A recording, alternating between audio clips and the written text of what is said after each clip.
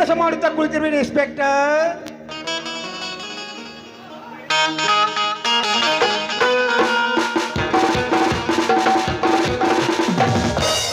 ಓಹೋ, ಬನ್ನಿ ಸಾವುಕಾರ್ಯ ಬನ್ನಿ, ಕುಳಿತುಕೊಳ್ಳಿ. ಏನ್ ಮಾಡತರಿ ಅಂತ ಕೇಳ್ರಿ ಅಲ್ಲ. 24 ಗಂಟೆ ಡ್ಯೂಟಿನೇ ಮಾಡ್ತೀನಿ. ಅದೇ ಡ್ಯೂಟಿಯನ್ನು ಅಷ್ಟೇ ನಿಷ್ಠೆಯಿಂದ ಮಾಡ್ತಾರೆ ಅಂತ ನಮಗೆ ತಿಳಿಯಿತು ಮತ್ತು ತಿಳಿದೇ ಹೋಯಿತು.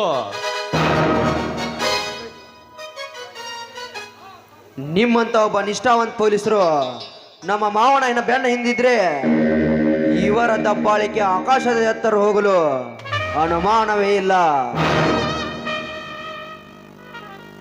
ನೀವು ಕೊಟ್ಟ ಕಂಪ್ಲೀಟ್ ಪ್ರಕಾರ ಕಳ್ಳರನ್ನ ಒದ್ದ ಒಳಗೆ ಹಾಕ್ಯವ. ಇನ್ನು ಇವ್ರ ಜೊತೆ ಯಾರ್ಯಾರ್ದಾರ ಅಂತ ನೋಡಿ ಇನ್ಸ್ಪೆಕ್ಷನ್ ಮಾಡ್ತಾನ. ಇದರ ಹಿಂದೆ ಒಂದು ದೊಡ್ಡ ಜಾಲನೇ ಇದೆ ಇನ್ಸ್ಪೆಕ್ಟರ್. ಅವರನ್ನೆಲ್ಲ ಒತ್ತು ಜೈಲಿಗೆ ಕಳಿಸುವುದು ನಿಮ್ಮ ಕೆಲಸ. ನೀವು ಕೇಳಿದಟ್ಟು ಹಣ ಕೊಡೋದು ನನ್ನ ಕೆಲಸ. ಮುಂದೆ ನಿಮ್ಮ ಪ್ರಮೋಷನ್ ಎಲ್ಲಿ ಮಾಡಿಸ್ಬೇಕು ಅನ್ನೋದು ಈ ಬೆಟ್ಟ ಕೊಡು ಚೆನ್ನಾಗೇ ಗೊತ್ತಿದೆ. ಅದಕ್ಕೆ ಬೇಕಾದ್ರೂ ನಾನು ಸಾಕ್ಷಿ ಇದ್ದೇನೆ. ಇಲ್ಲಿಯವರೆಗೆ ನಮ್ಮಂತವರು ಕೊಂಡಂತ ಕಂಪ್ಲೀಟ್ ಪೇಪರ್ಗಳೆಲ್ಲ ಮೂಲೆಗೆ ಬಿದ್ದು ರದ್ದಿ ಹಾಳಿಗಳಾಗವೆ. ಅಂತದ್ರಲ್ಲಿ ಅಧಿಕಾರ ವಹಿಸಿಕೊಂಡ ಕೇವಲ 24 ಗಂಟೆಗಳಲ್ಲಿ ಇಂಥ ಕಳ್ಳರನ್ನು ಹಿಡಿದಿದ್ದೀರಿ ಅಂದರೆ ನಿಮಗೆ ತುಂಬಾ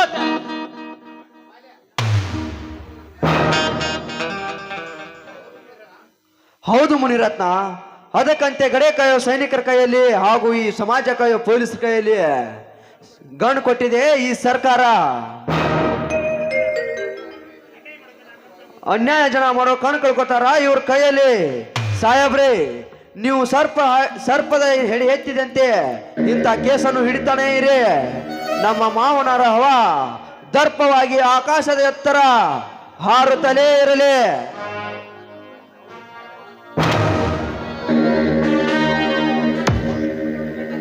ಹೌದು ಇನ್ಸ್ಪೆಕ್ಟರ್, ಹೌದು. ಈ ಬೆಟ್ಟಪ್ಪ ಅಂದ್ರೆ ಬೆಂಕಿ ಇದ್ದ ಹಾಗೆ. ಈ ಬೆಟ್ಟಪ್ಪ ಒಂದು ಸಲ ಶಾಕ್ ನಲ್ಲಿ ಚೀರಿದರೆ ರಭಸಕ್ಕೆ ಬೆಟ್ಟ ಗುಡ್ಡಗಳೆಲ್ಲ ಒಡೆದು ಹೊರ ಬರುವ ಕಿಡಿಗಳೆಲ್ಲ ಅರೇ ಕ್ಷಣದಲ್ಲಿ ಸುಟ್ಟು ಬೂದಿಯಾಗಿ ಬಿಡುತ್ತದೆ ಈ ನಾಡ ಪ್ರದೇಶ.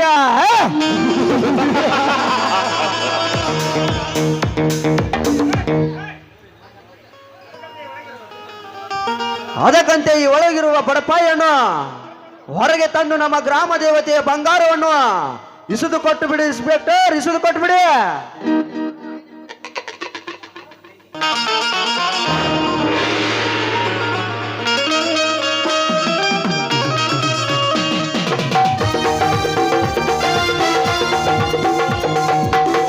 ಬೆಟ್ಟಪ್ಪ, ಯುದ್ಧದನ್ನು ಯುದ್ಧ ಹಾಗೆ ಹೇಳಿದಂತೆ ಎದ್ದು ಬಂದು ಎದೆಗೆ ಒದ್ದಂತಾಯ್ತೇನೋ ನಿನಗೆ?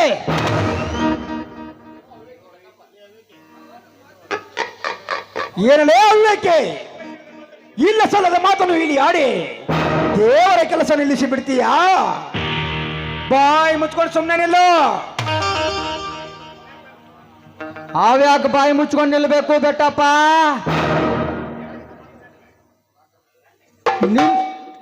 ನೆಟ್ಟಗಿದ್ದ ಮಾತನ್ನು ನೆಟ್ಟಗಿದ್ದಂತೆ ಹೇಳಿದ್ದಾನೆ ಆ ಬಸಪ್ಪ. ಅದನ್ನು ತಿಳಿದುಕೊಂಡು ನೀವು ನಡೆಯಿರಿ. ಲೇ ಬಜರಂಗಿ, ಬಾಯಿಗೆ ಬಂದಾಗ ಮಾತನಾಡಕ್ಕೆ ಮನೆ ಅಲ್ಲಿ ಪೊಲೀಸ್ ಸ್ಟೇಷನ್ ಐತೆ. ನಿಮ್ಮಂತ ಕಳ್ಳರ್ನ ಹೆಂಗ ಬಾಯಿ ಬಿಡಿಸ್ಬೇಕು ಅನ್ನೋದು ನಮಗ್ ಗೊತ್ತೈತ್ಲಿ.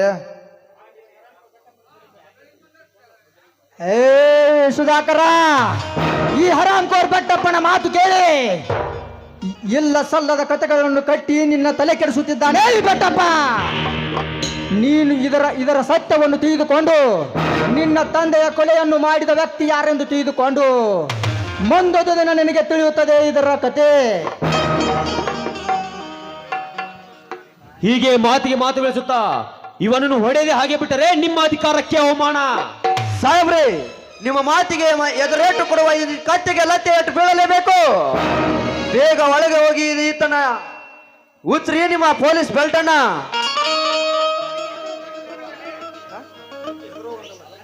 ಅದಕ್ಕೆ ಹೆದರುವ ಗಂಡು ನಾನಲ್ಲ. ಚಿಕ್ಕಂತೆ ಹುರಿಯ ಹಾಲನ್ನು ಕುಡಿದು ಬೆಳೆದ ದೇಹ ಇದು. ನನ್ನನ್ನು ನೀವು ಏನು ಮಾಡಲು ಸಾಧ್ಯವಿಲ್ಲ. ಇದು ಗಂಡೆದೆಯ ಶರೀರ. ಇನ್ಸ್ಪೆಕ್ಟರ್, ಜೈಲಿನ ಒಳಗಿದ್ದರೂ ಇವನ ದರ್ಪವನ್ನು ನೋಡಿಕೊಂಡು ಸುಮ್ಮನೆ ಇದ್ದೀರಲ್ಲ, ಬೇಗನೆ ಇವನಿಗೆ ಸುಣ್ಣದ ನೀರನ್ನು ಕುಡಿಸಿ ದೇವರಿಗೆ ಬಿಟ್ಟ ಹರಕೆಯ ಕೋಣದಂತೆ ಓಡಾಡಿಸಿ ಕಡೀರಿ ಈ ಬಜರಂಗಿಯನ್ನು. ಹೌದು ಬೆಟ್ಟಪ್ಪ, ಹೌದು. ಇವನ ಮಾತಿಗೆ ಮೌನವಾಗಿ ನಿಂತರೆ ಊರಾಗ ನಮ್ಮ ಮಾನವೇ ಉಳಿಯುವುದಿಲ್ಲ. ಈ ಕಾಕಿ ಅಂದ್ರೆ ಏನಂತ ತೋರಿಸ್ತೀನಿ ಈ ಪಾಪಿಗೆ. PC yes sir. ಸರಪಳಿಯ ಸಮೇತವಾಗಿ ಹೊರಗೆ ತಗೊಂಡು ಬನ್ನಿ ಈ ಕೊಂಡನ ಮಗನ. ಮನಸ್ಸಿಗೆ ಬಂದಂತೆ ಚಡಿ ಆಟ ಆಡ್ತೀನಿ.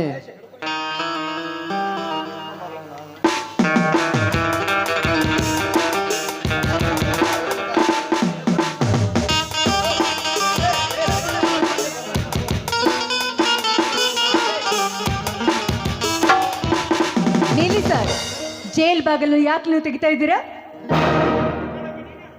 ಅದನ್ನು ಕೇಳಲಿಕ್ಕೂ ನೀವೇ ಯಾರು? ನಾನ್ ಯಾರ? ಏನು ತಪ್ಪನ್ನು ಮಾಡ್ದ ಈ ಹೆಬ್ಬುಲಿನ ತಂದು ಜೈಲಿನಲ್ಲಿ ಹಾಕ್ತಾ ಇದ್ದೀರಲ್ಲ, ಈ ಹೆಬ್ಬುಲಿಯ ಹೆಂಡತಿ ನಾನು.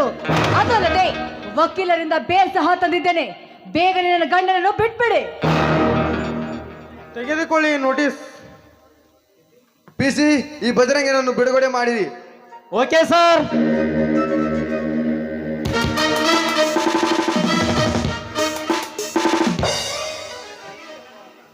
ಸುಧಾಕರ್, ಏನಿದಲ್ಲ ಅನಾಹುತ? ಸಾರಿ ಮಿಸ್ಟರ್ ಬೆಟ್ಟಪ್ಪ, ಇದು ಕೋರ್ಟ್ ಆದೇಶದಿಂದ ಬಂದ ನೋಟಿಸ್. ನಾವು ಬಜರಂಗಿನನ್ನು ಬಿಡುಗಡೆ ಮಾಡಲೇಬೇಕು.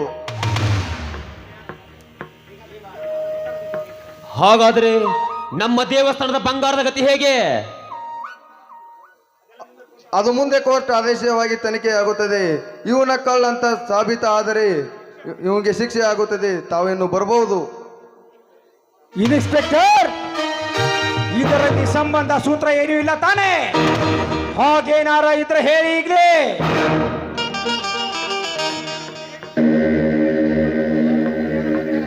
ಮಾವಯ್ಯ, ಇದನ್ನೆಲ್ಲ ಮುಂದೆ ಹೇಗ್ ಮಾಡ್ಬೇಕು ಅಂತ ನನಗೆ ಚೆನ್ನಾಗಿ ಗೊತ್ತು. ಬಾ ಹೋಗೋಣ. ಕುರಿ ಕೇಳಿ ಮಸಾಲೆ ಜಯಮಾನ ನಮ್ದಲ್ಲ ಸಾಹೇಬ್ರೆ. ಅವಕಾಶ ಸಿಕ್ಕಾಗ ಮತ್ತೆ ಭೇಟಿ ಆಗ್ತೀವಿ, ಬರ್ತೀವಿ. ಏ ಬಜರಂಗಿ, ಇವತ್ತು ಈ ಬೆಟ್ಟಪ್ಪನ ಕುತಂತ್ರದಿಂದ ನೀನು ಪಾರಾಗಿರ್ಬೋದು.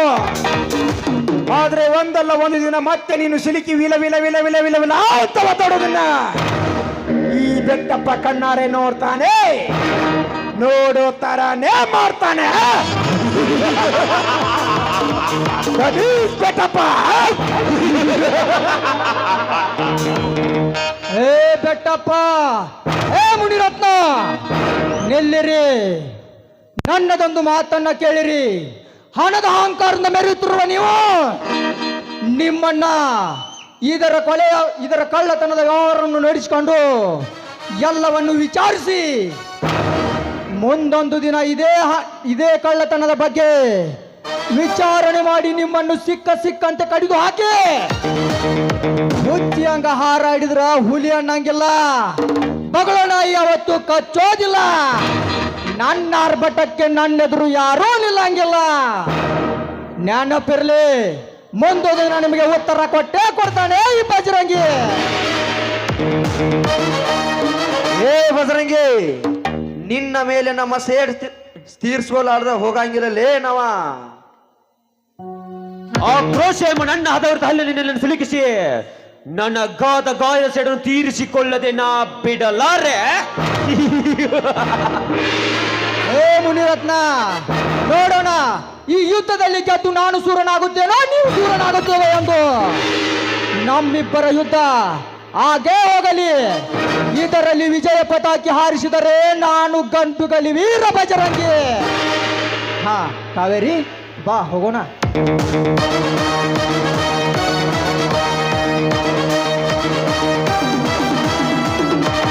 ಲೇ ಬಜರಂಗಿ, ಇವತ್ತು ನಿನ್ನ ಹೆಂಡತಿ ಬಂದು ಬಿಡಿಸ್ಕೊಂಡು ಹೋದ್ಲಲ್ಲ, ಇರ್ಲಿ ಅವಳಿಗೂ ಒಂದು ಟೈಮ್ ಫಿಕ್ಸ್ ಮಾಡೇ ಬಿಡ್ತೇವೆ. ಏ ಬದ್ರಗಿ, ಸತ್ರ ಅಳವ್ರಿಲ್ಲ, ಅಳವನ್ ರಂಸವ್ರಿಲ್ಲ, ತಿನ್ನ ಗಂಜಿಲ್ಲ, ಹಾಕೊಳಕ್ ಇನ್ನೊಂದು ಹಂಗಿಲ್ಲ. ಎದ್ದೆಂತಿಗೆ ಅಮೃತಸೌರದೆ ಅಂತ ಅದೊಂದು ಮಂಡುಕೊಂಡು ಹಿಡ್ಕೊಂಡು ಪುಂಡು ಅಂತ ಹರಡೋ ನಿನ್ನಂತ ಎಷ್ಟೋ ಶೂರರು ಹೇಳಲಿಕ್ಕೆ ಹೆಸರಿಲ್ಲಿದೆ. ಎಣ್ಣವಾಗಿ ಬಿದ್ದರು ನನ್ನ ಮುಂದೆ. ಪುಂಡ ಪ್ರಚಂಡ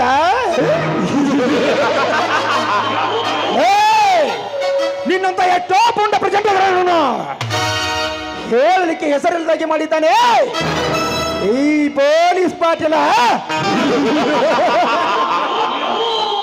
ಬೊಗಳು ನಾಯಿ ಕಚ್ಚೋದಿಲ್ಲ ಅಂತ ಹೇಳಿದರಲ್ಲೇ ತಮ್ಮ. ಇದು ಸಿಂಹ. ಈ ಸಿಂಹನ ಎದುರು ಹಾಕೊಂಡಿ ಅಂದ್ಮೇಲೆ ಇನ್ನು ನಿನ್ನೆ ನಿದ್ದೆ ಮಾಡಕ್ ಬಿಡಂಗಿಲ್ಲ. ಇನ್ನು ಶುರುವಾಯ್ತು ಈ ಕಳನಾಯಕನ ಆರ್ಭಟ. ಏ ಬಜರಂಗಿ, ಊರಾಗ ನಮ್ಮಂತವ್ರನ್ನ ಎದುರು ಹಾಕೋಬಾರ್ದಿತ್ತು, ಎದುರು ಹಾಕೊಂಡಿದೀಯಾ.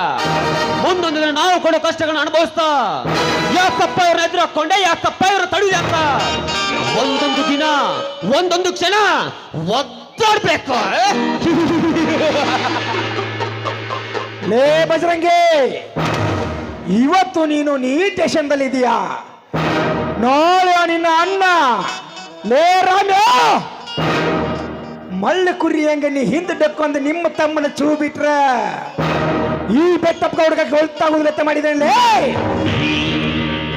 ನಿಮ್ಮ ತಮ್ಮ ಬಜರಂಗಿ ಅಷ್ಟೇ ಅಲ್ಲ, ಇಂಥ 100 ಬಜರಂಗಿಗಳು ಬಂದರು ಈ ಬೆಟ್ಟಪ್ಪನ ರೋಮವನ್ನು ಕೂಡ ಎಗರ್ಸಕ್ಕಾಗಂಗಿಲ್ಲ.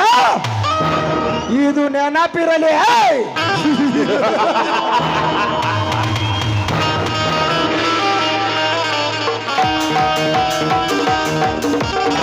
ಏ ಬಸರಂಗಿ, ಗುಂಡಾಗಳಂತೆ ವರ್ತಿಸಿ ಗಾಂಡೂಗಳಂತೆ ಎಷ್ಟು ಮಂದಿ ಬದ್ದಿಲ್ಲ ನಮ್ಮ ಮುಂದೆ ಬಂದ. ಅದ್ರ ಒಳಗೆ ನೀವು ಆ ಭಾಗಕ್ಕೆ ಹೋಗ್ಬೇಡ್ಲಿ, ಸುಮ್ಮ ನಮ್ಮಿಂದ ದೂರ ಸರಿ, ಇಲ್ಲ ಅಂದ್ರ ನಿನ್ನ ಜೀವಕ್ಕೆ ಅಪಘಾತ ಐತಿ. ಇಷ್ಟು ಹೇಳಿ ನಾವು ಇನ್ನು ಬರ್ತೀವಿ.